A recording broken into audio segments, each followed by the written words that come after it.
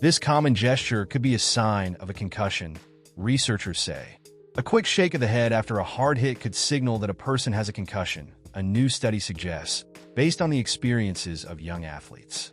It's an easily recognizable movement that could help significantly reduce the number of concussions that go undiagnosed if added to official evaluation guidelines, according to researchers from Mass General Brigham and the Concussion Legacy Foundation.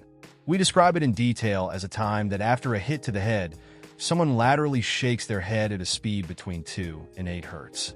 But that's complicated medical terminology for something we've all seen, said Dr. Dan Daneshvar, a study co-author and co-chair of sports concussion at Mass General Brigham.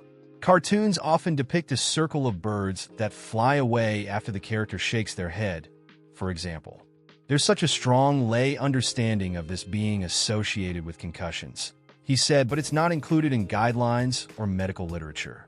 To better understand this movement, dubbed a spontaneous head shake after a kinematic event, or shake, and its relationship to concussions, the researchers surveyed hundreds of young adults who had played a sport at the high school, collegiate, or semi-professional level.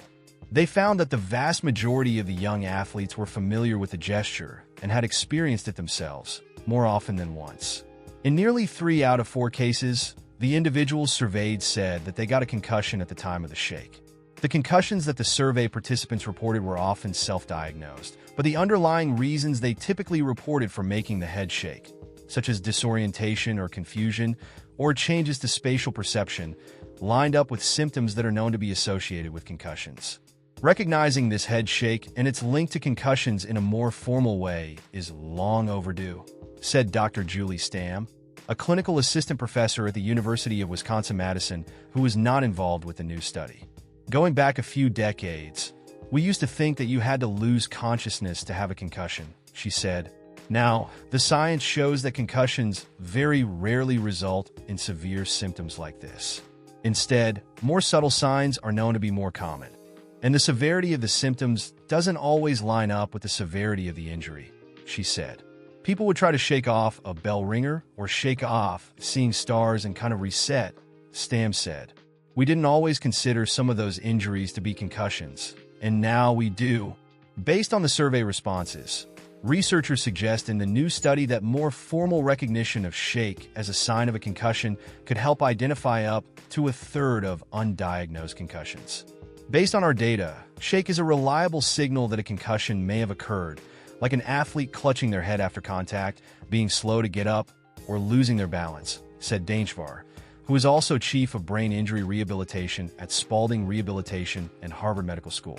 Just like after these other concussion signs, if athletes exhibit a shake, they should be removed from play and evaluated for a potential concussion.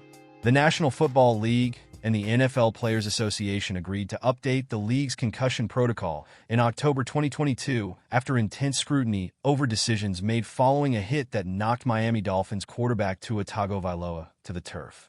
A sideline doctor initially concluded that Tagovailoa's fall was due to a previous injury to his back, and he was allowed to return to the game, only to be hospitalized for a concussion later. The imbalance he was experiencing was later attributed to ataxia, which describes a lack of coordination caused by a neurological issue. Under the new NFL concussion protocols, players are unable to compete if they are experiencing ataxia. But the researchers of the new study, published Wednesday in the peer-reviewed scientific journal Diagnostics, suggest that the diagnosis and decisions for Tagovailoa may have played out differently if the head shake were part of the official concussion protocol. In this instance, the shake he exhibited would be difficult to attribute to a prior back injury, the researchers wrote. Any of the doctors that saw Tua, both on the field and in the subsequent days, may have reconsidered and, based on this additional evidence, determined that a concussion diagnosis would more appropriately cover both his imbalance and his shake. A board of independent and NFL-affiliated physicians and scientists developed the league's official game day concussion diagnosis and management protocol in 2011. And it's reviewed each year to ensure players are receiving care that reflects the most up-to-date medical consensus on the identification, diagnosis, and treatment of concussions, according to an overview on the NFL's website. The NFL's medical committees regularly review new research, and we have been in touch with the authors of this study, NFL Chief Medical Officer Dr. Alan Sills said in a statement about the new study. As with any new research, we will discuss these findings with our experts and look at our own data to see if these findings can be replicated. Our concussion protocol, a conservative process developed from internationally accepted guidelines, is reviewed annually to ensure players are receiving care that reflects the most up-to-date medical consensus on the identification, diagnosis, and treatment of concussions. For the researchers of the new study and other experts, including shake as a potential sign of a concussion, in sports protocol and medical guidelines more broadly, would bring very significant benefits at very little cost. Our understanding of how concussions look is evolving, Daneshvar said.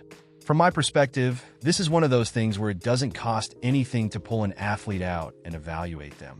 But the potential negative consequences of not evaluating an athlete who has a concussion could be catastrophic for themselves, for their career, and for their life.